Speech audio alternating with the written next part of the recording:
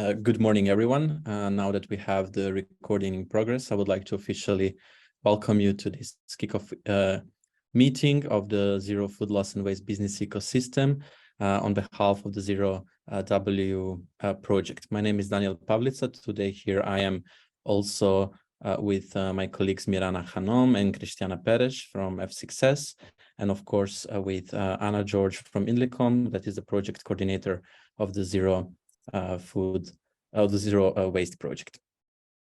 We will kick off this presentation by showcasing you the agenda of today's meeting. Of course, after this welcome session, we will have the ZeroW project introduction by Anna George. Then we are going to have a Q&A session regarding the presentation. Then we will move on to the business ecosystem presentation, and then swiftly move to the zero food loss and waste thematic discussion that is going to happen on the Miro board. And then afterwards, we are going to have the second Q&A session regarding the thematic and of course, regarding the business ecosystem. Afterwards, everyone is welcome to share their closing remarks. Considering some general rules of this kickoff meeting, please keep your microphones off while you're not talking. If you would like to say something, please write it down in the chat or in the Q&A session. And then, of course, we will give you a word to speak and to ask once there's time for that. I believe we will have time for every question. So if you find anything interesting, or if you have any comments or any ideas, please write them down and ask them in the chat or in the Q&A session later on. We're really happy people, and we are actually really grateful for you showing interest in the Zero Waste project, as well as its Zero Food Loss and Waste business ecosystem. We are sure that we can make change within this domain. So I would like to give my word to Anna George, that is going to present the Zero Waste project. Anna, the floor is yours. Thank you, Daniel. Welcome everyone. It's very nice to be here today to present the project once again. For those of you who have seen this presentation, I hope that this will be a nice reminder for what we are doing. And for those that are seeing it for the first time, we'll be open for questions after it. So if there is anything more that you're interested in, please note down your questions in the Q&A section. Thank you. To start, ZeroW is a 20 million European funded project about systemic innovations for zero food waste, as the name applies. It is funded under the Green Deal call of the Horizon program, Horizon 2020 program. It's a very big project, as you can see by the number of partners. The duration is 4 years, and the funding budget in general, and the Commission will closely monitor the project results and the progress of the project over the next 4 years in relation to the future EU legislation on the reduction of food waste. There is also high expectation among us in the consortium members and the funding authority that the innovations that we deliver to the project will find their sustainable exploitation in real life after the project completion. As I said, it's a 4-year project. It will run till 2025, and it is implemented in collaboration of the 46 consortium members from 17 countries in Europe and including Israel. Next slide, please, Daniel. Our project aims at reducing food loss and waste by employing systemic innovations that are developed and piloted in our 9 living labs across all Europe. We call our living labs Systemic Innovation Living Labs, or SILS for short. So you will see this acronym a lot in the slides, and I will use it a lot. Those innovations span the entire farm-to-fork value chain and aim to demonstrate significant decrease in the food loss and waste. We have an ambitious KPI of more than 20% reduction in the end of the project. The systemic innovation approach based on this core demonstrative environment is complemented by assessment activities to ensure the long-term environment and economic sustainability of what we are doing, and to support the just transition towards zero food loss and waste system, which is the main objective of the project. And the expected impact of the projects are, by the end of the project, 25% reduction of the food lost waste demonstrated through the project results, then a medium-term impact 2030 to halve the food loss and waste, and a long-term impact by 2050, near zero food loss and waste. How we are achieving this? Our Systemic Innovations Living Lab will produce 9 solutions, and I will briefly describe those to you, so you have a good overview of what they are all about, and perhaps whether you have any specific interest of the presented areas. Thank you, Daniel. Next one slide. Thank you. The first Living Lab, the objective is to deliver and pilot an open and data-driven IT platform for capturing food loss and waste data through the supply chain. The solution aims to empower the stakeholders through the supply chain to make smarter and more sustainable decisions when dealing with food loss prevention and reduction. It is delivered through our partners in Romania and Slovenia. Thank you, Danielle. Next one, please. The second Living Lab will develop an intelligent, functional, sustainable packaging solution that eliminates the need of using an absorbent pad for retaining the fish exudate. So it's focused predominantly on salmon products, which are high-value products and unfortunately frequently lost because they're short shelf life. The whole packaging will be made of bio-based and biodegradable materials, and it will include a freshness indicator, or we call it intelligent label, that provides visual information about the state of the packaged food, so whether any process of decomposing has started. And on top of it, a specific software for reading this freshness color indicator and inform the retailers for the remaining shelf life, so they can better manage their stock and reduce the food waste. Next slide, please, Daniel.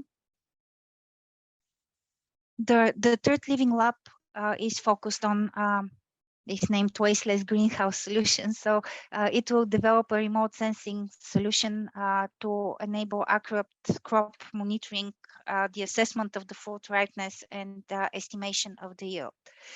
It will automate the produce quality evaluation and estimation of substandard produce that at the pre-harvest stage and the harvest stages.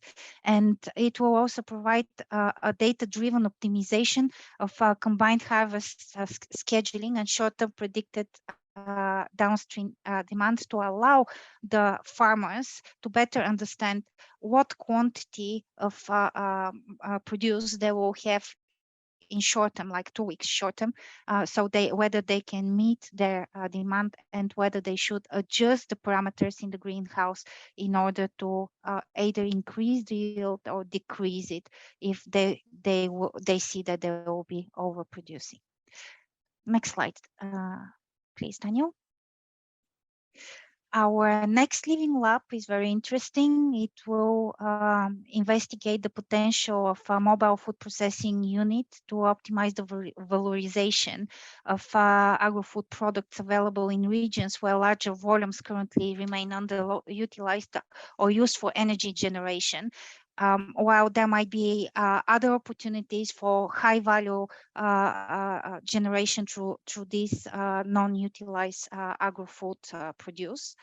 And on top of that, the current stage, the transportation of such food loss and waste, such overproduce, is not cost efficient either. So that's why the unit is mobile, to be able to be transported closer to the producers themselves, so they don't have to transport their overproduction. Our Living Lab will tackle those lock-in effects by using this mobile versatile processing unit with high throughput. The unit itself was developed through another Horizon 2020 project, the FOX project, and it will be offered as a service to allow the food loss and waste biomass to be turned into healthy and tasty, minimally processed juices and purees, which can be used for direct consumption. or it can be used also for intermediate products for food processing for the food service. For example, purees that can be turned later after into soups and other canned food products. Thank you, Daniel. Next slide, please. Our fifth living lab is focusing on ugly food identification and allowing thus for alternative valorization of this ugly food and reducing the food waste. It tries to do that by identification of the ugly fruits or non-compliant fruits that are not compliant to the retail requirements, I mean, and allow for in this way to valorize them early instead of them going through the retailers and be rejected and turned into food waste. The process in our living lab will start with classification of vegetables and fruit at a very early stage by non-destructive analysis applied to either a single fruit or entire lot of fruits. And it will end in the retailer's side with a promotion of the quality products with known shelf life, providing marketing strategies for ugly food and optimization of logistics and storage management. What this seal will deliver in the end as products and services will be a multi-sensor platform with the capacity to analyze and process around 300,000 fruits per hour, with the possibility of classification in 3 different outputs based on quality, shelf life parameters, and organic and inorganic origin. It will develop also a portable mass spectrometry able to identify organic tomato samples and a data service platform to control the input produced. It is focused predominantly on tomatoes, and in our living lab we'll do the demonstration with cherry tomatoes in particular. Next slide, please, Daniel. The sixth living lab is in the area of poultry industry processing, and it will try to optimize the production process in this industry through data-driven control of this process. It will develop 3 different computational modules to support the controlling of very specific product and process parameters that drive the food loss due to product non-compliance. 2 of those will be based on the use of portable near-infrared and the development of corresponding chemometrics to get the target variables and through applying novel artificial intelligence techniques. And the third one is an intelligent data analysis of multiple process parameters captured by classical sensors, again using novel artificial intelligence tools. The 7th one, please, Daniel. 7th living lab is focusing on making the food bank networks more efficient. Food banks play an important role in addressing the food waste and food insecurity. However, as you are aware, perhaps the food donations that make up the food supply for the food banks have very irregular and uneven flow, resulting in inefficiencies in utilizing those donations. So our living lab will help matching the supply and the demand in the food bank supply chain to contribute to improve food loss and waste reduction strategies, while at the same time keep addressing the food bank goals to address the food insecurity. How we'll be doing that? We'll be developing several models and tools that support decision making at food banks at the companies donating to the food banks, and also through the development of a handbook of possible food waste reduction strategies that the food banks themselves can adopt. Our 8th living lab, Daniel, please, is valorization of food loss and waste through algae production. The focus of this seal is within the food retail sector. to develop a pre-treated solution based on the process of dehydration that supports the valorization of the food loss and waste to obtain a cultural medium suitable for microalgae production. Such microalgae are often aimed to be used by cosmetics and sustainable packaging industry and other uses. And what we'll be doing, the Living Lab will be optimizing the in-store and in-warehouse pre-treatment process. We will develop or select the proper container to transport the output between the stores and the microalgae production facilities. We will study the best logistic procedures to transport this medium with the least environmental and economic impact. And we will develop the most convenient process to grow the microalgae in this particular medium developed from food loss and waste. And our 9th seal, thank you, Daniel, is based on understanding that the reduction of food waste and the environmental burden of our food system begin with us and ends with us, the choices that we make as consumers. The objectives of this seal is therefore to develop recipes and menus with low expected food waste and high nutritional score and low environmental impact for the underlying supply chains. And it will also aim to develop labels and scores to inform and trigger the consumers to make better choices. Apologies. Next slide, please, Daniel. So where we are in terms of the project delivery and the solution delivery, we are approaching end of year 1 of our project, and our Living Labs have completed their planning activities. And in the start of the new year, in January, we plan to measure the baselines for the various processes that we are implementing in the Living Labs. Then after the measurement of the baseline, we will start 3 evaluation cycles. The first one will end in December 23, and we will measure different things. What we are measuring, first, of course, as the objective of the project is food loss and waste reduction, we collect the relevant data for that. Additionally, we perform multiple life cycle assessments such as innovation, sustainability, impact, social aspects, etc.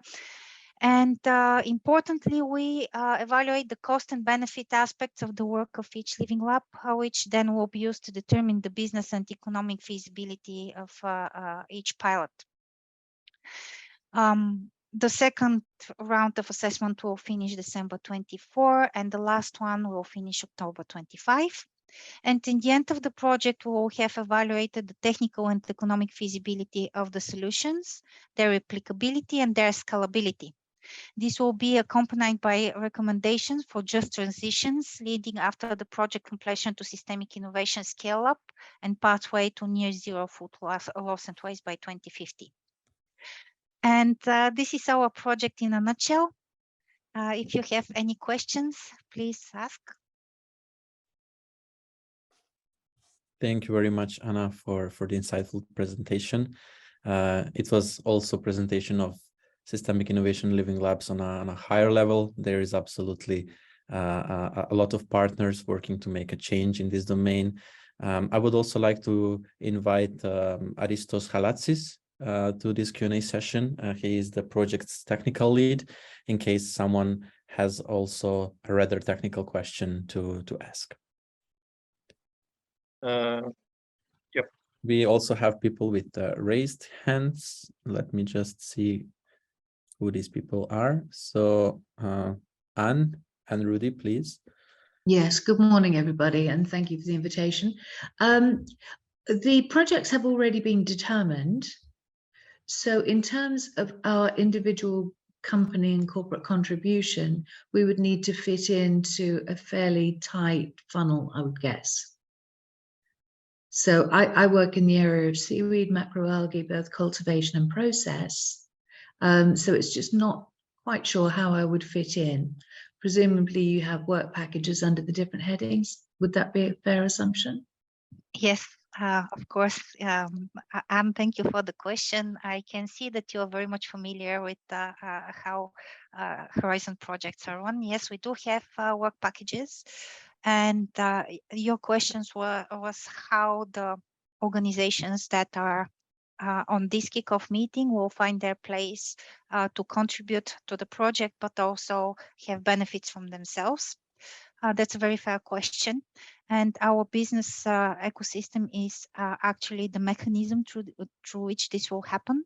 We have our demonstrators set up in work package 4, where we'll deliver the work in those demonstrators, but the communication with you as an external contributors to the project will happen through this ecosystem. So through it, we will try to foster the understanding what will be valuable for you to learn from us, and the other way around, what you think you can contribute so we can achieve our ambitious targets to reduce the food loss and waste. This will be explained in detail by Daniel and the team in few moments after the Q&A session. They will present the structure of the ecosystem, but your question is exactly spot on. This is what we are trying to facilitate, how it will be easier for you, how it will be more understandable for you, and how you will find your direct contacts within the project and you structure your relationship with them. Thank you. Thank you, Anna, and thank you, Anne, for the question. The next one is from Milan Houška. Milan. Yes, thank you. I have comment. I was informed about this project by Kerstin Pesh that is coordinator of the Fox project, and I was surprised positively that it is the machine we will test next year in Czech Republic as a part of this project. And another information is that we cooperate, our institute is cooperating with some movement, Save Food, Please. And it is focused on saving cooked meals in school canteens to be saved for poor people, for food banks. And now it is the battle for modification of ministry or recommendation if such not delivered meals can be chilled. And we help this movement Save Food by using some predictive microbiology and provide evidence that is no risk, microbiological risk, if it is chilled within reasonable hours, 4 hours, 5 hours, below 10 degrees of centigrade, and can be delivered within 24 hours without any microbiological risk, pathogen microbiological risk. We have very good cooperation with this movement, and they will be keen to join also. If I can tell them to join, and also I know the leader of the Prague and Central Czechia food banks. They also will be happy to join. And my last question is if we can receive some money when we will cooperate within this project. or if it is already distributed, nothing happened. But we can join with our own money. Institute has some money, but in Czech Republic, we have 20% increase of prices of everything. Energy, food, everything is increasing.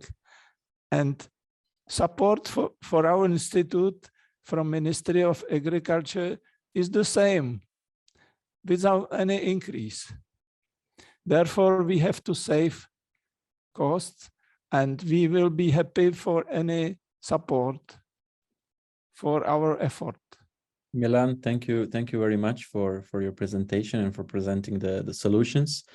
You have a solution which means that tackles zero food loss and waste, which means that you are actually at a good spot here. This is the place to be for you, and for your solution with this business ecosystem that also aims, as we will speak now in a minute, as it aims to commercialize all the solutions that are dealing with zero food loss and waste. So thank you very much for your presentation. And of course, later on we will talk on how you can actually involve other people. So thank you very much. Thank you also. Can I just respond to the funding question? Please, Anna. Thank you, Daniel. And Milan, thank you for the interesting information and the questions. Regarding the funding, ZeroW doesn't have a budget to fund directly participants that are outside the consortium. However, at the moment, there is an initiative for another project which aims at funding of non-for-profit organizations that contributes to demonstrators in relation to projects. I can share this information with you afterwards and in the chat as well. So you can see the funding call is open till the end of January next year. So it is the right moment for you to ask this question. And thank you for suggesting inviting other participants. They are very highly relevant to what we're doing to the project. So thank you very much. Thank you. Thank you very much, Anna, for adding to the comment. We will have one more question from Nathan, the Gator.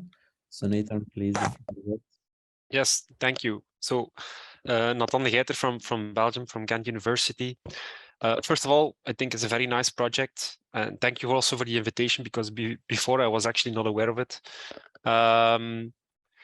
So one is a comment and one is a bit of a question. The comment is also related to the question of Anne, so how to collaborate. That's a suggestion also put in the chat, is to look at similar projects that are just starting or already ongoing, where you can create synergies. And actually we just, under the Farm to Fork, we were partner in a project that's also actually assessing food loss and food waste, but specifically from the primary production, and how to try to avoid this. So I think that's already a possibility to create a lot of synergies.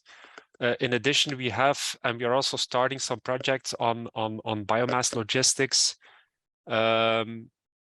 because I think it's so important and crucial, as is also emphasized by this project, is that a lot of the data, really quality and detailed data on where, when, and how the food loss or waste is being produced is missing, which is, I think, a crucial bottleneck to a lot of the valorization opportunities and potential.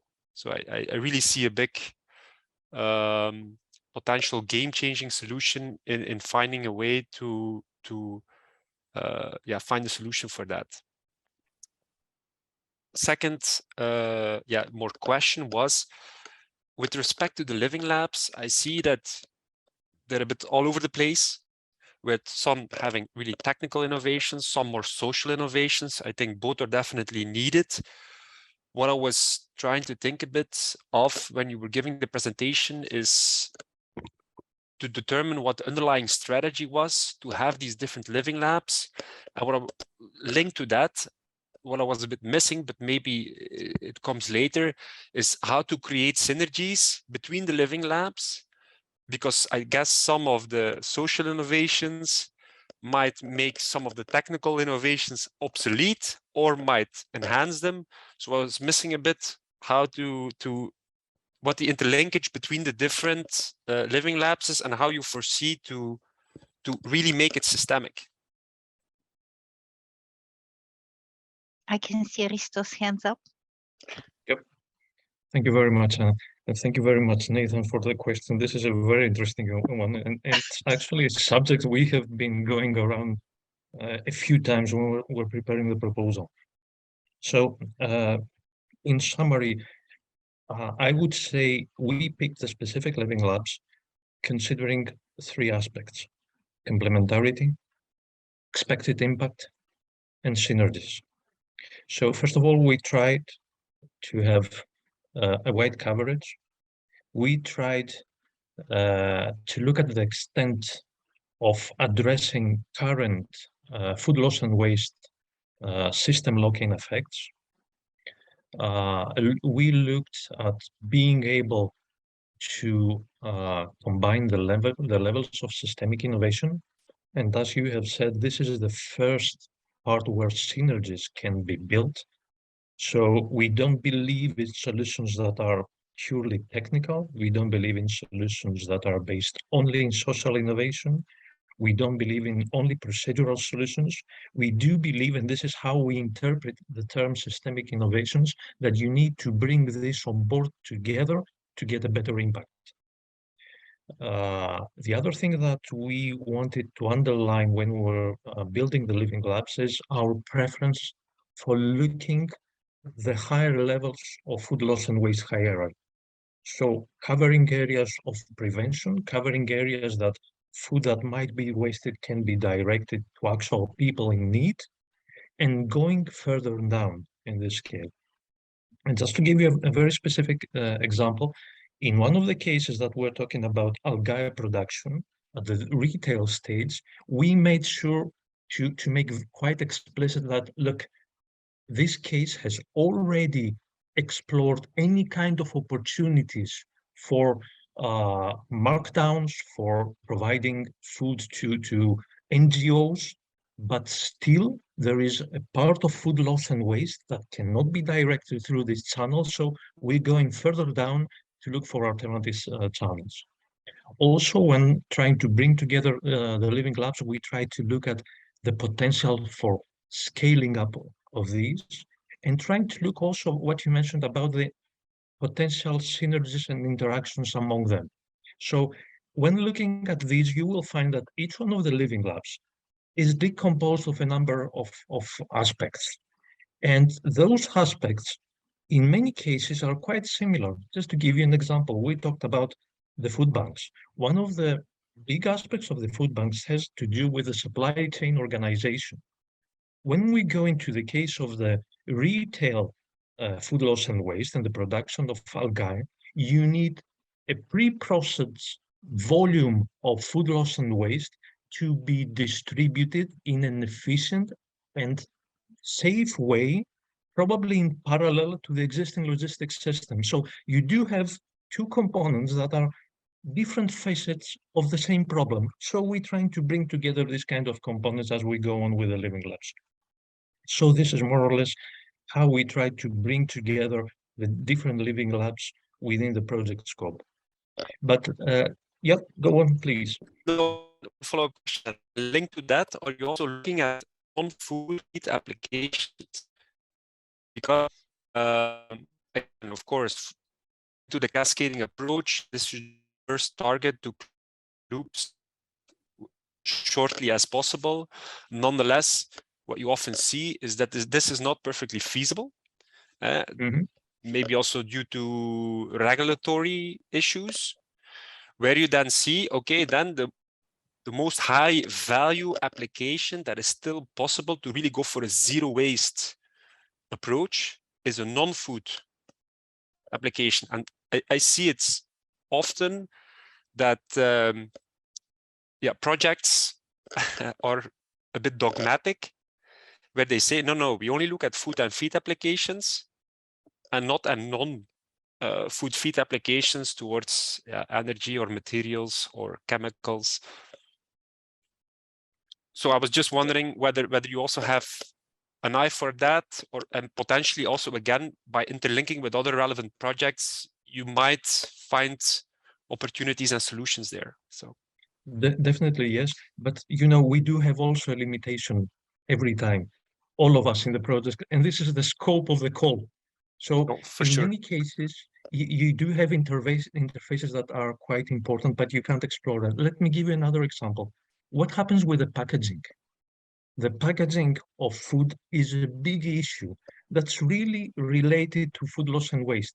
But within the scope of this call, this is something we cannot explore. So we try to bring the links, the interfaces, at least when we cannot explore something, to highlight it, that these really make sense to go forward.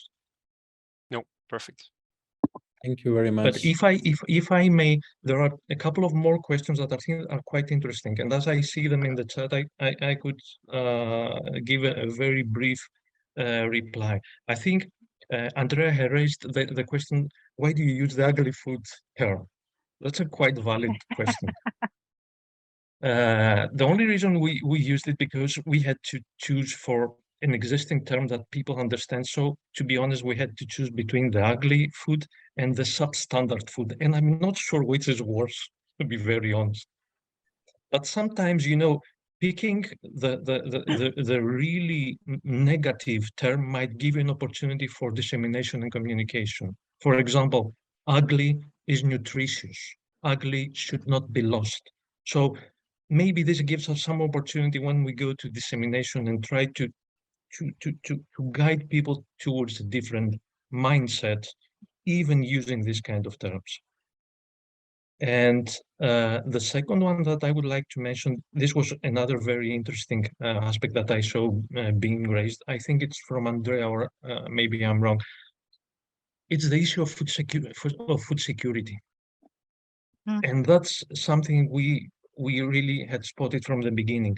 And this is the reason why you will see that we never talk about zero waste.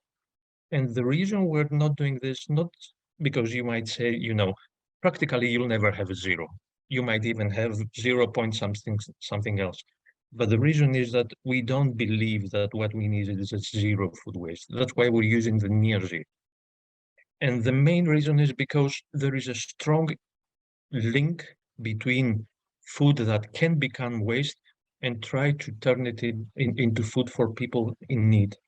And this is a link we try also to identify in one of our living labs in the food banks. So, you know, what is the balance between this? If you say that, you know, I want zero food waste, then you're not being able to address some of the other social objectives. This is a very tricky issue. I'm not saying that we have a solution for this one, but it's something that we need to keep in mind. No, for sure, but depends also on how you define food waste, right? Because if you can still valorize it for another high-end application, maybe it's not food waste.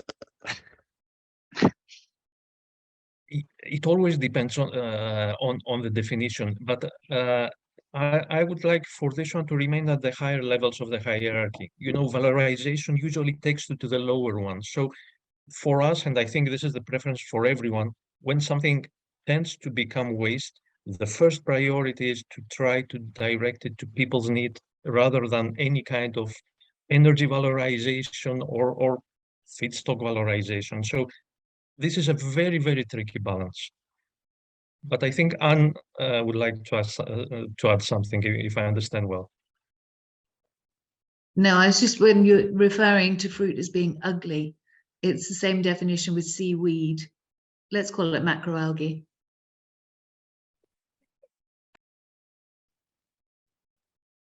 All right, thank you very much for contributing to this discussion. This is actually really the place to be for these kind of topics. And I'm also happy to see that we are already creating some synergies within the Zero Waste project and also within the Zero Food Loss and Waste Business Ecosystem. Please, if you have any other questions, write it down. We are now going to second part of the presentation, where we are going to discuss the Zero Food Loss and Waste Business Ecosystem. You already have received several emails regarding this or already have participated in introductory meetings. So I will try to be as swift as possible with this presentation. So as you already know, and for the ones that do not know, we are building a community of stakeholders that are interested in the business and commercial side of food loss and waste, and also that will as well serve as the bridge for zero waste partners to create space for networking, for exchange of relevant information, creating synergies, promoting businesses and commercial opportunities, as we already see that is happening even today. So the system itself is bound to happen with the group of the sectoral industry, which is fostering early and important relationships with project partners, but also with external stakeholders in order to create a community for food loss and waste business and commercial stakeholders. We have several goals with this business ecosystem. As you already could see, is to create and promote business commercialization ecosystem, to discuss and interact within the group and also share relevant information regarding food loss and waste domain. But most importantly is also to network and create synergies with right partners. Whom are we targeting? We are targeting, of course, the zero waste project partners and systemic innovation living labs that are with us. Also zero waste advisory board members. And at the end, but of course, really important group of stakeholders are business and commercial stakeholders, that is majority of you, such as startups, farmers, consumers associations, NGOs, industry representatives, food banks, etc. Anyone interested in business aspect of food loss and waste. What are the benefits? As we could already see some regarding synergies that are being created. We also like to promote and engage in networking and debate with the peers from the domain, to create a context to find and present solutions that may answer the needs in the market. We would like to spark that conversation where a certain entities may be looking for a solution that other entity can offer, and vice versa. Also, in order to get a better insight about the needs of food loss and waste market through exchanges of information. The other one is to create the environment that benefits the engagement of investors or business partners or any aspect of commercial and business opportunities. But most importantly, to be in the flow of exchange information, to know what is the state of the art and what the future actually also brings us. You can share and benefit from the share. We are looking for any events to be shared, financing from open calls, articles that are relevant, new food loss and waste orientations, regulations, research articles, or anything that you believe the ecosystem should know about the domain. So for the ones that did not this really easy test, so just ask yourself, are you an entity with direct or indirect interest in the food loss commercial business sector? Or do you see any benefits in networking and interfacing with other stakeholders with business and commercial profiles? Or does your organization have an industry or business/commercial profile? Do you want to enlarge your food loss and waste network and find the right environment to connect with the right stakeholders in the food loss and waste domain? Or are you generally interested in integrating or reinforcing your integration in the market? In any case, if you answered with yes to any of these questions, or at least one of these questions, then the place to be is definitely where you are now. I would like to ask my colleague Christiana to share this link in the chat. So how are we going to use this business ecosystem? As the channel of communication is going to be a LinkedIn. All of us use it, or most of us use it. If you do not use it, please, we would like you to create at least an account, especially for this matter, so you can indulge in discussion with other people, share information, and also create synergies. So Chris, just let me know if you have shared the link. Yes, it is shared. Thank you very much, Chris. This of course, link is going to be shared with all the participants via email that have registered and that have enrolled to be in the ecosystem. There are also several rules. Please do not directly add your peers. They actually need to enroll with with an enrollment form that is also going to be shared, that I was actually already shared with you, with simple questions. So we can actually track who is in the ecosystem, because we would definitely like to have a quality group of people and quality ecosystem in place. Regarding the meetings, this is the first kickoff meeting. The next one will be in 2 months. We had questionnaires in the previous 2 events that were internal and external regarding the business ecosystem. So it has been decided by the whole community that is going to be bi-monthly under a thematic that will be going to propose by F6S, following the questionnaires or responses or general interest from the business ecosystem. Also know that this business ecosystem is co-creation, so everyone is welcome to give suggestions. We are creating it together for the benefit of all of us.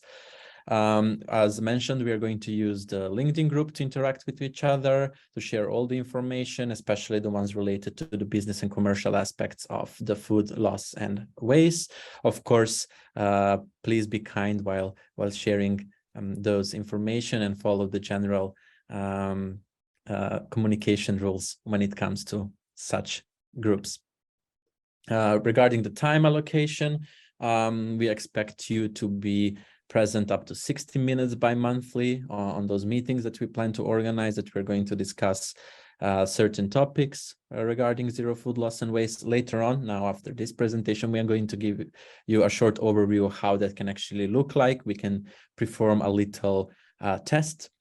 Of course, we are going to send questionnaires regarding the topics in the LinkedIn group. And of course, you're welcome to spend as much time as possible, but at least 15 minutes per week to engage in posts with other people, or to share any relevant news. So in total, around 1 or 2 hours per month. Now I would like to say that we are going to perform this short discussion on food supply chain. So as we all know, reducing loss and waste through the food supply chain should be considered as an effective solution to reduce of course, as well, the environmental aspects of the agriculture, to improve the income and also the livelihood of the chain actors, and also to improve food and nutrition security for low income consumers. On the other hand, what is going on is that we have never stopping and increasing urban population, changing food consumption patterns, and also globalization, trade, that all of them in total have rendered the food supply chain. It calls for a change of mindset from a traditional way of addressing the causes of food loss at each stage of the food supply chain to an integrated approach. So this is what are we going to discuss today. Welcome back, everyone, to the Q&A session. Nathan, you have your hand in the air. Yeah, but I think Anna was just mentioning it when we got back into the main room. I think it would be very interesting to investigate if a given living lab solution in a certain region works, whether it can be replicated in other regions, or if it's not the case, why, right? So that's Exactly. Potential common challenges or specificities and boundaries, maybe in some cases even geographic boundaries related to certain solutions can also be mapped. I think that would be very interesting. We have a specific work package that deals with scalability, replicability, building capacity. So this will be things that will be discussed there. And all the input that we can use is highly welcome.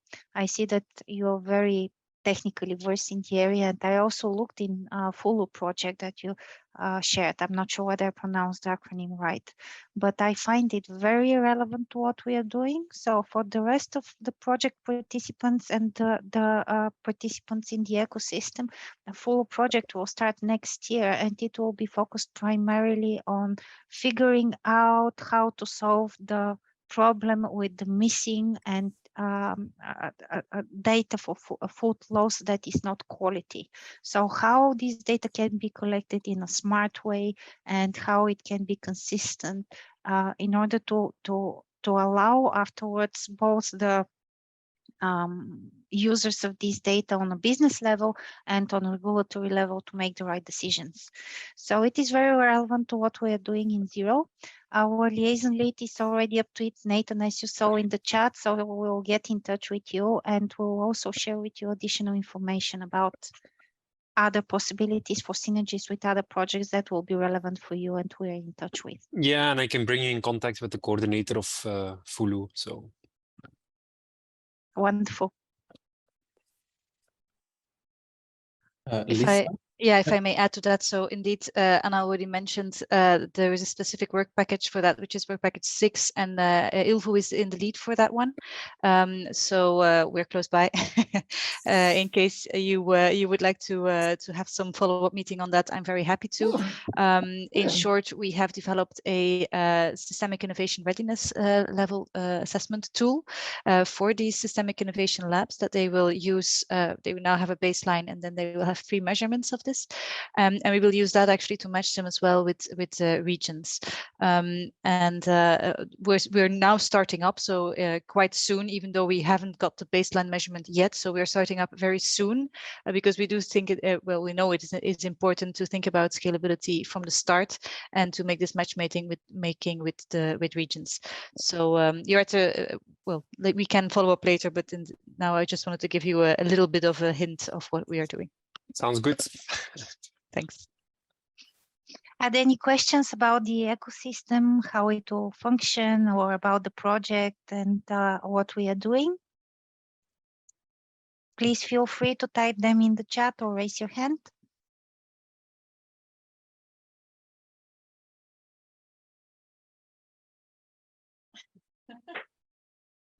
People are shy today.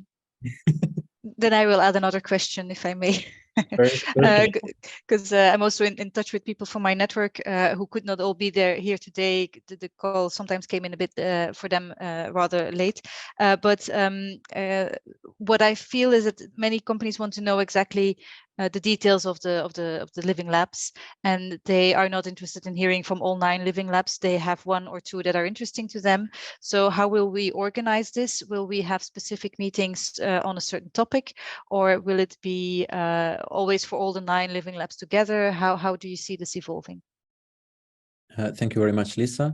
Of course, we want to present all 9 living labs because there are people that are interested in different ones, but there will be definitely specific presentations on a really high level that are going to address questions for people that are interested in specific living labs. We can organize them either during our bi-monthly meetings, or it can be organized specifically for people that are only interested in a certain SIL. So we will communicate that with SILs, check their availability, and of course, what kind of information they can at this moment share. And Lisa, you raised a really important question, because it is very important for us in the ecosystem to understand what actually our members want to discuss. So if your colleagues that would like to join your from your business network, if they have a particular interest in a subject, is there a way that this information can be conveyed to us, like in the LinkedIn group or directly to our colleagues from F6S, so we can start mapping those things and try to group our participants in the ecosystem so we can start planning those events afterwards?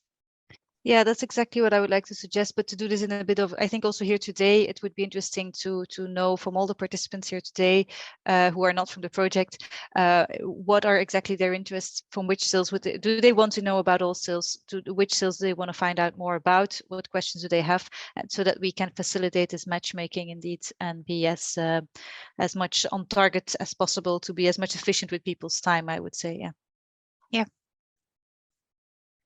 Perfect. Thank you very much, Lisa. Once people join the LinkedIn group, we can create actually a poll and ask which SIL is most interesting for them. So we can actually, if there is one seal that is particularly interesting for the ecosystem, we can actually prioritize and have a presentation regarding the seal itself. So really, really good idea. Thank you very much, Lisa.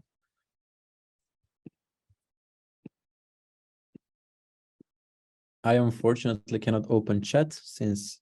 Yeah, Shai is mentioning that CL9 is in particular interest from Robinhood. We know that, Shai. And you can have all the information that's needed. But yeah, this is the living lab that deals with nudging the consumers because it's very project related jargon with those numbers, you know. Haristo, I can see your hand up. Yes, thank you, Anna. I would just like to throw in another question. I believe it's horizontal and it's central. As we're talking right now about the business ecosystem, there is the fundamental question. Food loss and waste definitely addresses a social objective. Now, the question is, can it have a business dimension? To what extent and for whom? Because in many cases, we're focusing on the consumers. We're talking about changing perception, changing attitudes. But, you know, many of these are being developed through the organizations they interact with. For example, the retail organizations. And then there's the big question, reducing food loss and waste. Does it make economic sense for these kind of actors? So maybe in the future we could, you know, devote a session on this and try to figure out to what extent, for whom, because this is a way to approach them. Thank you very much, Aristos, for adding to the comment. Everyone else, feel free to share your thoughts, your questions, especially, so we can answer them here firsthand. Ash from BAL. Sorry, I put on the camera. Hi, Kirsten. Hi.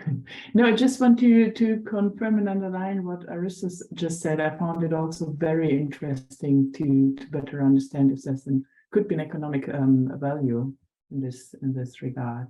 And I also wonder if there are any projects going in detail into this. I mean, all of us also, we in the Fox project, it's a component.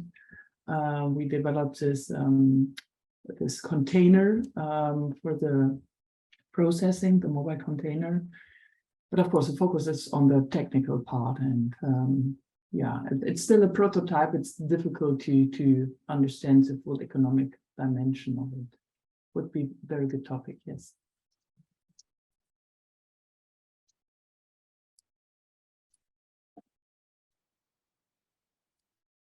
Thank you very much, Kirsten, for suggesting this. Absolutely relevant. Do we have someone else? But I think that we are approaching the time of wrapping up. If there are no more questions or no more remarks, I would like to thank everyone for joining this session. Of course, also to invite you to share the opportunity with your peers if you find that it's going to be beneficial and relevant for them as well. This link is, of course, the link towards the enrollment form that each of you have filled out. Of course, we will share again with you in order for you to be able to disseminate it within your ecosystems as well. Of course, if you have any questions, feel free to reach out to me or to my colleagues Mirana and Christiana. Here are our contact details, of course, within the LinkedIn group as well. Feel free to reach out there too. Once again, thank you very much for quite fruitful and insightful discussions and an amazing kickoff meeting of the Zero Food Loss and Waste business ecosystem. I'm now definitely confident that we can make a change in this domain, and of course, as the main aim of the group is to commercialize all the solutions that are relevant for the sector. So thank you very much for joining, for sharing your thoughts. challenges, your opportunities, your projects. Also, thank you very much, Anna and Aristos, for answering questions related to the project as well, and for any question that's being asked. It was really fruitful, and I'm happy to already see some synergies being created. So let's keep in touch, and thank you for joining. Thank you, Daniel. It was a pleasure.